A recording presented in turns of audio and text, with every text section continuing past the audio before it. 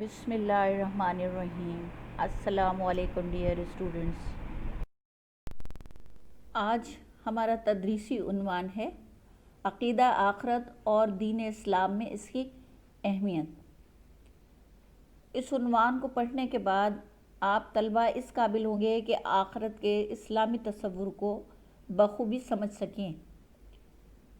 طلبہ آخرت کے حساب کو مد نظر رکھتے ہوئے اعمال صالح کرنے کی کوشش کریں گے۔ عقیدہ آخرت۔ آخرت کے لغوی معنی ہے بعد میں آنے والی چیز، دور کی چیز۔ اصطلاح اسلام میں آخرت کے معنی یہ ہیں کہ یہ دنیا ایک دن فنا ہو جائے گی، کہ موجودہ نظام کائنات اور انسانوں سمیت کل جاندار مر جائیں گے، فنا ہو جائیں گے۔ پھر اللہ تعالیٰ اپنے حکم سے تمام انسانوں کو دوبارہ زندہ کرے گا، ایک نیا نظام عالم بنایا جائے گا، یوم حساب قائم کیا جائے گا، جس میں کل انسانوں کو جمع کر کے ان کی دنیاوی زندگی کے اچھے یا برے اعمال کا حساب ہوگا۔ اچھے اعمال والے جنت کی طرف اور برے اعمال والے دوزخ کی طرف بھیج دیے جائیں گے۔ سورہ بقرہ آیت نمبر 177 اللہ تعالیٰ فرماتا ہے کہ لیکن بڑی نیکی تو یہ ہے کہ جو کوئی ایمان لائے اللہ پر اور قیامت کے دن پر۔ دین اسلام میں عقیدہ آخرت کی اہمیت کا تجزیہ کرتے ہیں۔ پہلی چیز ہے دنیاوی زندگی پر غور کرتے ہیں۔ انسان اس دنیا میں بیکار بلا مقصد پیدا نہیں کیا گیا، اس کا ضرور کوئی مقصد ہے۔ قرآن کریم میں عقیدہ توحید کی طرح عقیدہ آخرت کو بھی زور دے کر بیان کیا گیا ہے۔ یہ عقیدہ قبولیت اسلام کے لیے لازمی ہے۔ سورہ توبہ آیت 18 اللہ تعالیٰ فرماتا ہے اللہ کی مسجدوں کے آباد کار تو وہی لوگ ہو سکتے ہیں جو اللہ اور روز آخرت کو مانیں۔ وہ لوگ جو دنیا میں سچے اور اللہ کے سجدہ گاہوں کے محافظ ہیں، اور انہی لوگوں کی قدر و منزلت اللہ کی نظر میں زیادہ ہے جو عقیدہ آخرت پر ایمان رکھتے ہیں۔ صرف مسجدوں کی سجادہ نشینی اختیار کر کے لوگوں پر رعب رکھنے اور دنیاوی مقاصد حاصل کرنے کی نیت رکھنے والے مومن ہو نہیں سکتے۔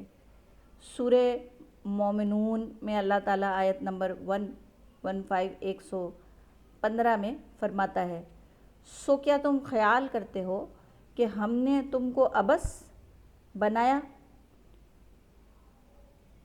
اگر انسان کو آخرت کی جواب دہی کا خوف نہ ہو تو یہ دنیا بے خوف، نفس پرست، خود پرست لوگوں کی آماجگاہ بن جائے گی۔ جیسا کہ ہم دیکھ رہے ہیں کہ دنیاوی زندگی کے عیش و عشرت، طاقت و اختیار کی متمنی اقوام و افراد کمزور مظلوم لوگوں کو ظلم و ستم کا نشانہ بناتی رہی ہیں اور بنا رہی ہیں۔ فرعون، قارون، ہٹلر، چنگیز خان، سکندر اعظم، بالآخر کوئی بھی دنیا میں باقی نہ رہا، نہ انبیاء اور رسول باقی رہے جو اللہ کے نیک ترین بندے تھے۔ انسانوں اور جنوں کو، جنات کو اللہ تعالیٰ نے اس دنیا میں اپنی عبادت اور اطاعت کے لیے پیدا کیا ہے۔ انسانوں کی آزمائش کی جا رہی ہے، وہ اس دنیا میں نیکی اور بدی کے اعمال کو کرنے نہ کرنے کی آزمائش سے گزر رہے ہیں۔ آپ صلی اللہ علیہ وآلہ وسلم نے فرمایا دنیا آخرت کی کھیتی ہے، یعنی جو بیج دنیا میں بویا جائے گا آخرت میں اسی کا ثمر ملے گا، پھل ملے گا۔ یہاں ہم یعنی دنیا میں ہم زراعت کر رہے ہیں اور آخرت میں اس زراعت کی فصل کاٹیں گے۔ دنیا کے معنی قریب کی چیز یا پہلے آنے والی چیز، آخرت کے معنی دور کی چیز یا بعد میں آنے والی چیز۔ دنیا عارضی ہے اور آخرت ہمیشہ کے لیے ہے۔ دنیا کی زندگی ناقص اور آخرت کی زندگی کامل ہے۔ یہ دنیا اور آخرت میں فرق کی وضاحت ہے۔ دنیاوی زندگی میں اعمال کا محفوظ ہونا بھی، اس بات پہ یقین رکھنا بھی عقیدہ آخرت کا ایک اہم حصہ ہے۔ سورہ انفطار آیت 11 میں اللہ تعالیٰ فرماتا ہے، بے شک تم پر نگراں فرشتے مقرر کیے گئے ہیں، بہت معزز اور تمہارے اعمال لکھنے والے۔ سورہ قاف آیت 18 میں اللہ تعالیٰ فرماتا ہے، جو لفظ اس انسان کے منہ سے نکلتا ہے اس کو محفوظ کرنے کے لیے ایک چست اور نگراں فرشتہ ہے۔ اس آیت کے پیچھے 15، 16 اور 17 آیت میں اللہ تعالیٰ بتا رہا ہے کہ اللہ تعالیٰ انسان کی شہ ریخ سے بھی زیادہ نزدیک ہے، اور اس کا حساب لکھنے کے لیے اس کے دائیں اور بائیں 2 فرشتے مقرر ہیں۔ جو ہی اچھا کہتا ہے، اچھا کرتا ہے، دائیں ہاتھ والا فرشتہ متحرک ہو جاتا ہے اور اسے فوراً نوٹ کر لیتا ہے۔ جو ہی برا کرتا ہے، برا کہتا ہے، تو بائیں ہاتھ والا فرشتہ متحرک ہو جاتا ہے اور اسے فوراً نوٹ کر لیتا ہے۔ ذرا سوچئے، جب ہم اور آپ اپنی ویڈیو، آواز، تصویر کے ساتھ ایک ایک لمحہ کی یادداشت اپنے کیمروں میں محفوظ کر لیتے ہیں اور بیک کر کے اسے پلے کرتے ہیں تو ہر لمحے کی یاد تازہ کر لیتے ہیں، تو اللہ رب العزت کے لیے انسانوں کے اعمال کو محفوظ کرنے کے لیے اور ان کے ساتھ CCTV کیمرہ لگانے کیا ناممکن ہے، جس کے آپریٹر فرشتے ہیں۔ سورہ بنی اسرائیل آیت 13، 14 اللہ تعالیٰ فرماتا ہے، ہر انسان کا نامہ اعمال ہم نے اس کے گلے میں لٹکایا ہوا ہے، اور قیامت کے دن ایک نوشتہ اعمال ہم اس کے لیے نکالیں گے جسے وہ کھلی کتاب کی طرح پائے گا۔ اپنا نامہ اعمال پڑھ کر آج اپنا حساب لگانے کے لیے تو خود ہی کافی ہے۔ یعنی ہر انسان کے اچھے برے اعمال، برائی بھلائی کے اسباب خود اس کے اپنے وجود میں موجود ہیں اور اس کے گلے میں محفوظ ہیں۔ برائی بھلائی باہر سے نہیں آتی، اس کے اپنے فیصلے اور اختیار سے آتی ہے۔ روز آخرت اس کا نامہ اعمال، اس کا یہ نامہ اعمال کھول کر اس کے سامنے کتاب کی طرح پیش کر دیا جائے گا، اور وہ انسان خود دیکھ لے گا کہ اس نے دنیا میں کیا کچھ کیا اور اس کے لیے کون سا راستہ ہونا چاہیے، جنت یا جہنم۔ برزخی زندگی کیا ہے؟ مولانا مودودی صاحب تفہیم القرآن میں فرماتے ہیں کہ قبر کا لفظ مجازاً عالم برزخ کے لیے استعمال ہوا ہے، اور اس سے مراد وہ عالم ہے جس میں موت کی آخری ہچکی سے لے کر بعث بعد الموت کے پہلے جھٹکے تک انسانی ارواح رہیں گی۔ برزخ کی زندگی میں بدکار اپنے اوپر عذاب محسوس کرتے ہیں اور وہاں پریشانی میں رہتے ہیں، جبکہ متقی سکون اور آرام سے خواب اور سونے کی کیفیت میں ہوں گے۔ متقین کی روحیں جب قبض کی جاتی ہیں تو ملائکہ ان پر سلام بجا لاتے ہیں اور جنتی ہونے کی مبارکباد دیتے ہیں، جبکہ گناہگاروں کو سخت بے عزت کیا جاتا ہے اور عذاب دیا جاتا ہے۔ برزخ کی زندگی میں عذاب اور ثواب انسان محسوس کرتا ہے۔ سورہ مومنون آیت 100 اللہ تعالیٰ فرماتا ہے، برزخ میں وہ اس وقت تک رہیں گے، برزخ میں وہ اس وقت تک رہیں گے جب تک دوبارہ اٹھائے جائیں۔ حضرت مولانا مفتی محمد شفیع صاحب معروف القرآن میں فرماتے ہیں کہ برزخ کے لفظی معنی حاجز اور فاصل کے ہیں.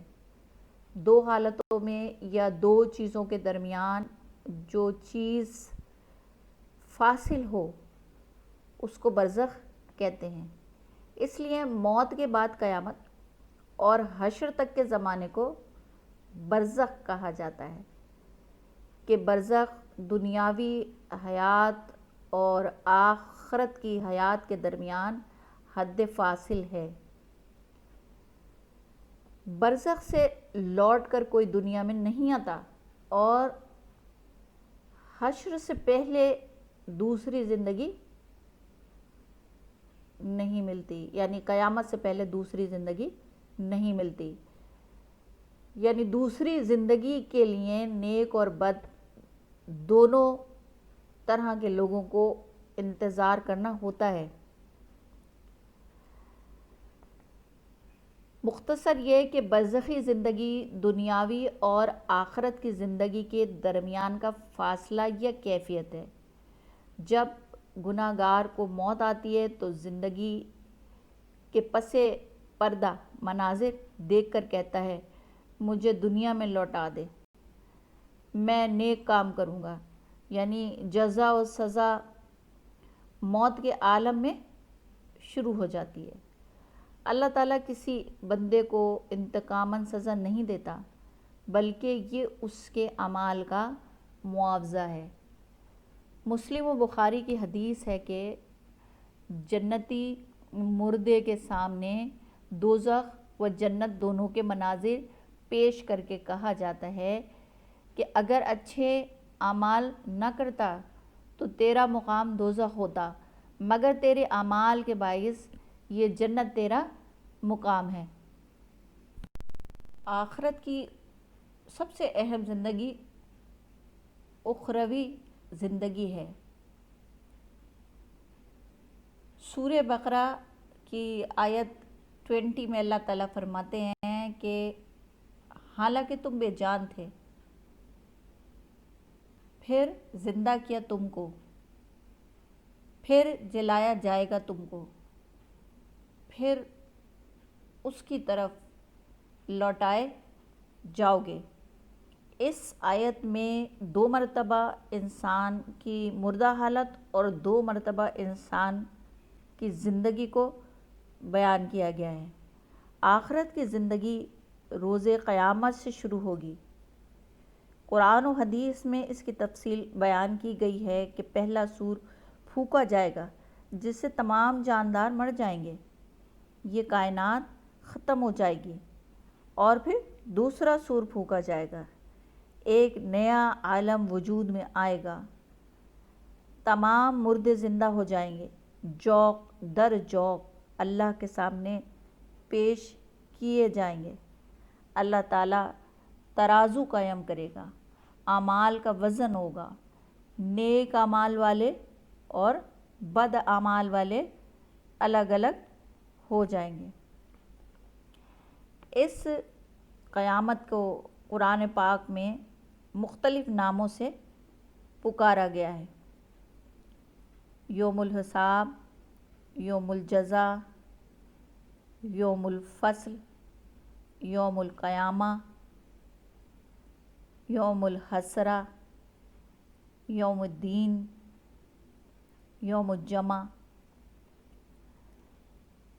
اور وغیرہ وغیرہ. اس دن اعضاء انسانی گواہی دیں گے کہ اس انسان نے کیا کچھ برا کیا.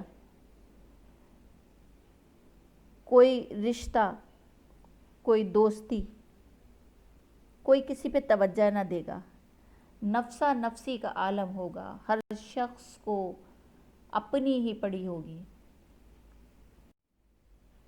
صحیح مسلم میں حدیث ہے کہ آپ صلی اللہ علیہ وسلم نے فرمایا اللہ تعالیٰ قیامت میں فرمائے گا اے میرے بندوں یہ تمہارے ہی اعمال ہیں جو میں لوٹا کر یہاں دے رہا ہوں، تو جسے جزائے خیر ملے وہ اللہ کا شکر ادا کرے، اور جس کو برائی ملے وہ خود کو ملامت کرے۔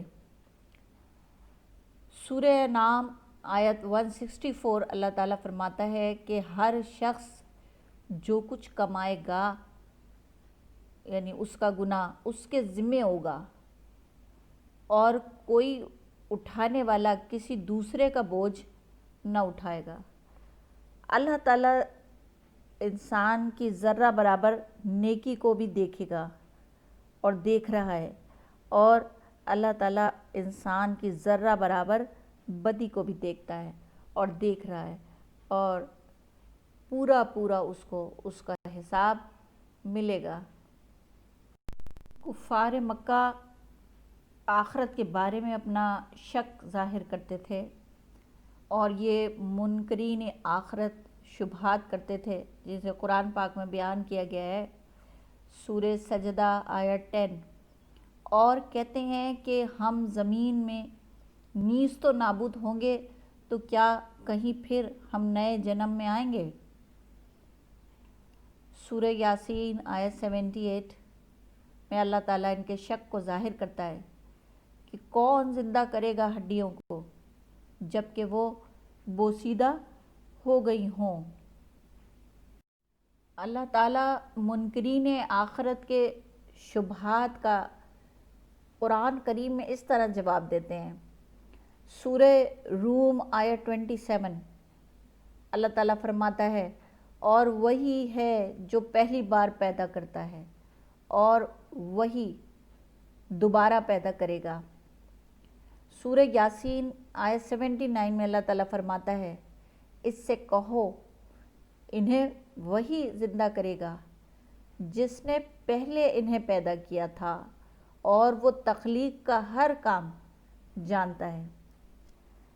ابن عباس، قتادہ اور سعید بن جبیر کی روایت ہے کہ اس موقع پر کفار مکہ کے سرداروں میں سے ایک شخص قبرستان سے ایک مردے کی ہڈی، بوسیدہ ہڈی لے آیا، اور نبی کریم صلی اللہ علیہ وآلہ وسلم کے سامنے اسے توڑ کر اس کو اجزاء میں تقسیم کر کے ہوا میں اڑا دیا۔ اے محمد، تم تو کہتے ہو کہ مردے پھر زندہ کر کے اٹھائے جائیں گے، بتاؤ ان بوسیدہ ہڈیوں کو کون زندہ کرے گا؟ اس کا جواب فوراً اس آیت کی صورت میں اللہ تعالیٰ فرماتا ہے۔ دیکھیے، یعنی وہ نطفہ جو محض ایک جرثومہ خلیہ حیات ہے، یعنی جینیٹک سیل کے سوا کچھ نہ تھا، اس کو ترقی دے کر اللہ تعالیٰ نے اس حد تک پہنچایا کہ نہ صرف وہ چلنے پھرنے، کھانے پینے لگا، بلکہ اس میں شعور و تعقل، بحث و مباحثہ، خطابت و دلائل دینے کی صلاحیتیں پیدا ہو گئیں جو کسی اور حیوان میں نہیں ہیں، حتیٰ کہ وہ اتنا اونچا اپنے آپ کو سمجھنے لگا کہ اب اپنے خالق کے منہ کو آنے لگا۔ عقل کی بات یہ ہے کہ جو پہلی بار پیدا کر سکتا ہے وہ دوسری بار کیوں پیدا نہیں کر سکتا؟ پہلی بار ماں کے ذریعے پیدا کیا گیا، اب اس کی بھی ضرورت نہ ہوگی، حکم ہوگا، اور دوسری بار انسانی ہڈیوں کے بوسیدہ ذرے اس کے حکم کی تعمیل میں جہاں کہیں بھی ہوں گے، یکجا ہو کر انسانی شکل اختیار کر لیں گے اور اپنے رب کے حکم سے زندہ بن جائیں گے، زندہ ہو جائیں گے، زندہ انسان بن جائیں گے۔ جنت اور دوزخ کی حقیقت کو سورہ انفطار آیت 13-14 میں اس طرح بیان کیا گیا ہے، بے شک نیک لوگ بہشت میں ہیں اور بے شک گناہ گار دوزخ میں ہیں۔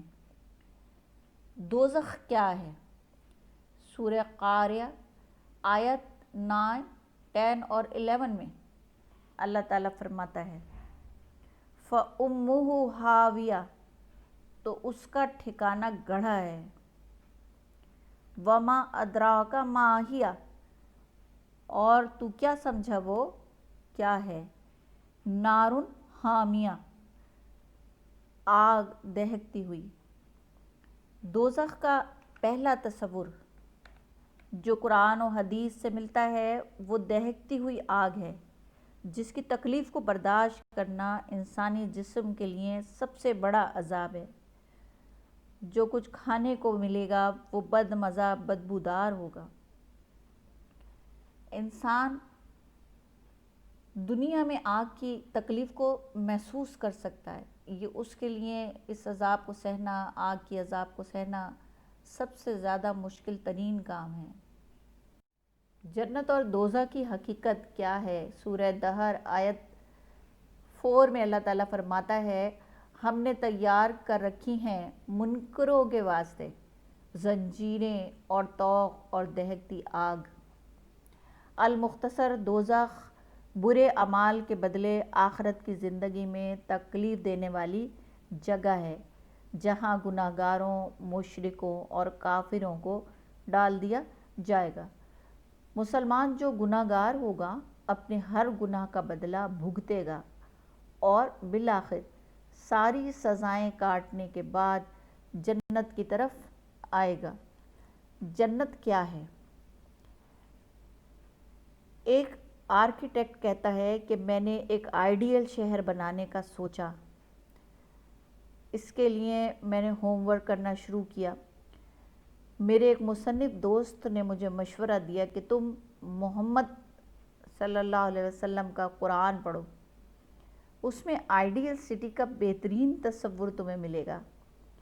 میں نے محمد صلی اللہ علیہ وسلم کا قرآن پڑھا اور زمین پر آئیڈیل سٹی بنانے کا ارادہ ترک کر دیا۔ جس مثالی شہر جنت کا نقشہ اس قرآن پاک میں پیش کیا گیا ہے، میں زمین پر ایسا مثالی شہر آئیڈیل سٹی نہیں بنا سکتا۔ اس میں کھلی صاف ستھری نہریں، پھل، سجاوٹ، حوریں، بیویاں، غلاماں، خوشبو، شراب، نہ جانے کیا کیا شہریوں کو ملے گا۔ یہاں تک کہ خواہش پوری کرنے کے لیے وہ ہاتھ کی حرکت سے کال بیل بجانے کی زحمت بھی نہ کریں گے، صرف خواہش کا خیال دل میں آئے گا اور پوری ہو جائے گی۔ سیوریج کا کوئی نظام نہ ہوگا، صفائی کا انتظام نہ ہوگا۔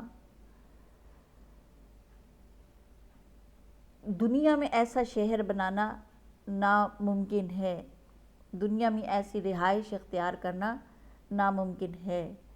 قرآن کریم میں جنت کے 8 درجے بیان کیے گئے ہیں: جنت فردوس، جنت عدن، جنت مأویٰ، دارالخلد، دارالسلام، دارالمقامہ، علیین، جنت نعیم۔ آج کے عنوان کا خلاصہ یہ ہے کہ اللہ تعالیٰ نے انسان کو اس دنیا میں اس لیے بھیجا کہ اس کی آزمائش کر سکے، نیک اور بد اعمال کی تربیت کے لیے انبیاء اور رسل کو باقاعدہ تعلیمات دے کر بھیجا۔ آخرت کی زندگی ہمیشہ کی زندگی ہے اور اس کے اچھے برے اعمال کا حساب بالکل برابر توازن کے ساتھ لیا جائے گا۔